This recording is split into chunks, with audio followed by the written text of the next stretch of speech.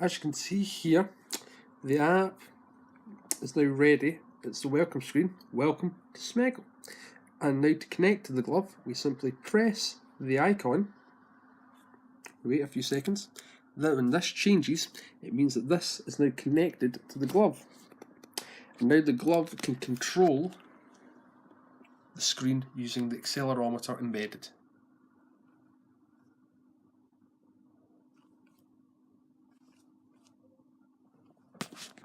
Open up the accelerometer.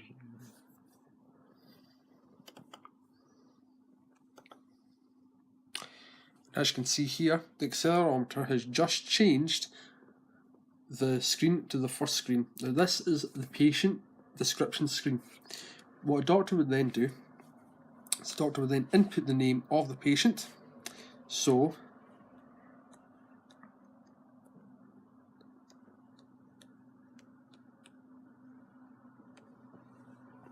and then some symptoms, for instance possibly a fever,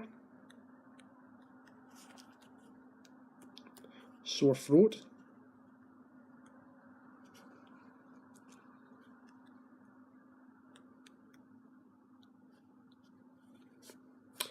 when done, it then sends this information to an online server. Now, as you can guess, there's lots of ethical issues that can come about because of this.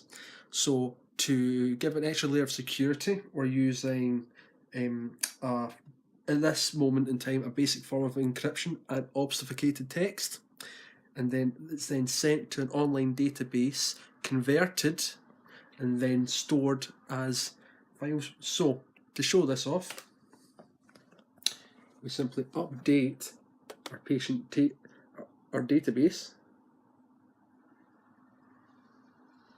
and as you can see here, the name that we have added has now been stored along with the date of the appointment. So with this now stored, we now use the accelerometer to change to the next page to take some readings.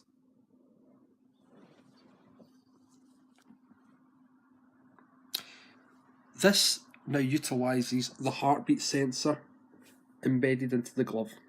What this then does is that the glove sends heartbeat readings it's getting from your index finger, and this can then be used to take a simple heartbeat from the finger of the patient.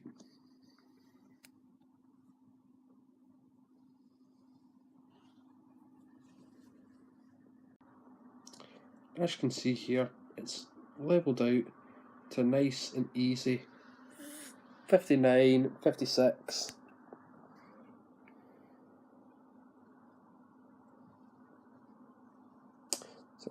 Which is in the lower edge of the market, which is usually a bit correct for me because my heartbeat usually stays steady from 52 to 60 beats per minute. So with this information now loaded into the app,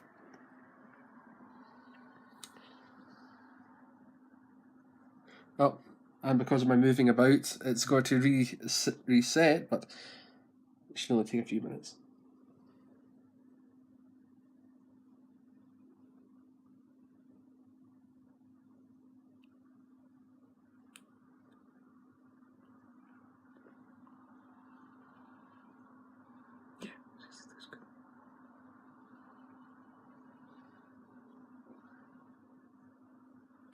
This information is then stored in our database.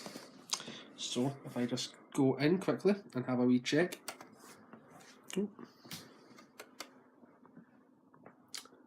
And just simply update.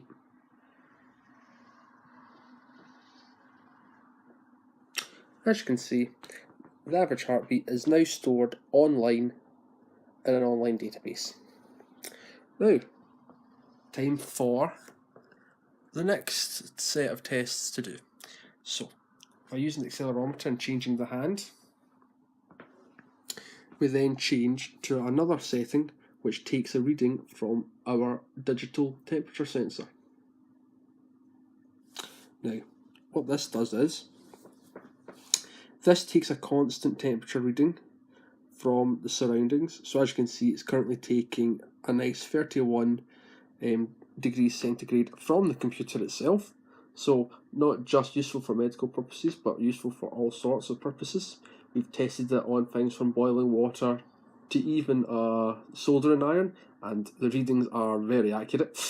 So what we then do is we then bring the glove to somewhere that you can get a good reading, so a forehead.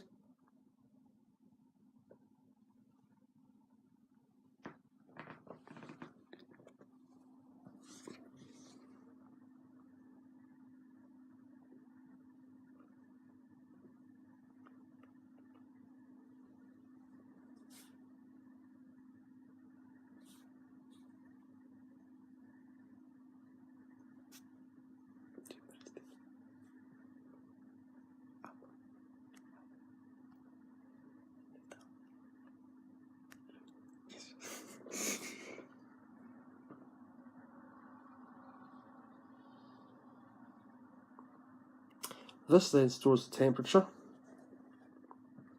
and then it takes that temperature and parses the information on an online database which looks at all different levels of human body temperature, from extreme fever and hyperthermia to normal temperature level to hypothermia. And then it cross-references the current temperature, and then it gives you an idea of the kind of symptoms that that person will be having at those temperatures.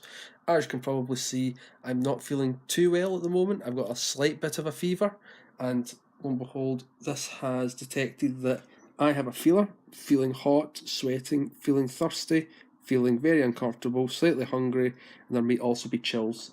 And can I just say, the slightly hungry bit is quite right. So, if we then go in here, update, that information has then been stored in here, and it's also been parsed for the doctor or the medical professional to have a look through and see, oh, okay, these are the kind of hints that we're getting at the moment.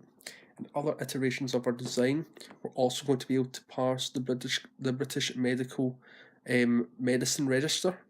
So with a bit more information, we could also parse what kind of medicines would be appropriate for people feeling certain symptoms with different input stimuli.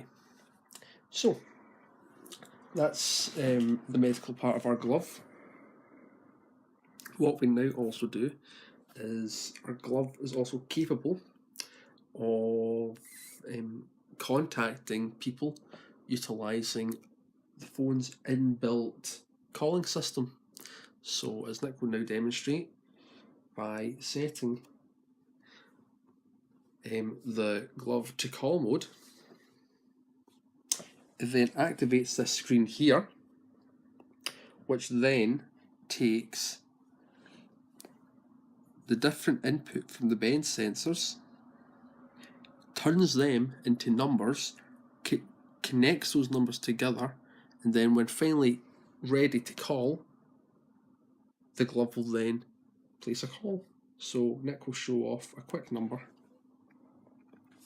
and prove how it works.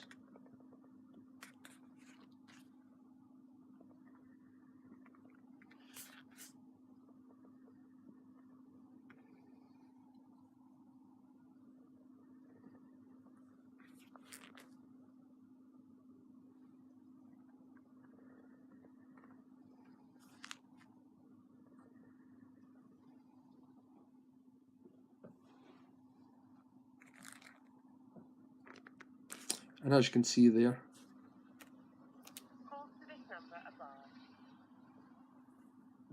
when you do the international call symbol, it then places a call with the number that you've just inputted. And not only that, it also connects directly to the speaker here, and the microphone here, and a person can simply talk to a person, call them, place a call, put the glove next to their head and speak into the microphone, hear the person on the other side without ever having to even look at their phone. So, thank you very much. And that's a demonstration of the technical capabilities of the glove currently. But as a little extra add-on to this, our glove also has another little technical add-on for you to use. So as you can see here, most normal gloves are unable to swipe an input, but the material that we have used can also use basic phone capability without needing to take the glove off, meaning the glove has utilitarian functionality. Thank you very much. Bye.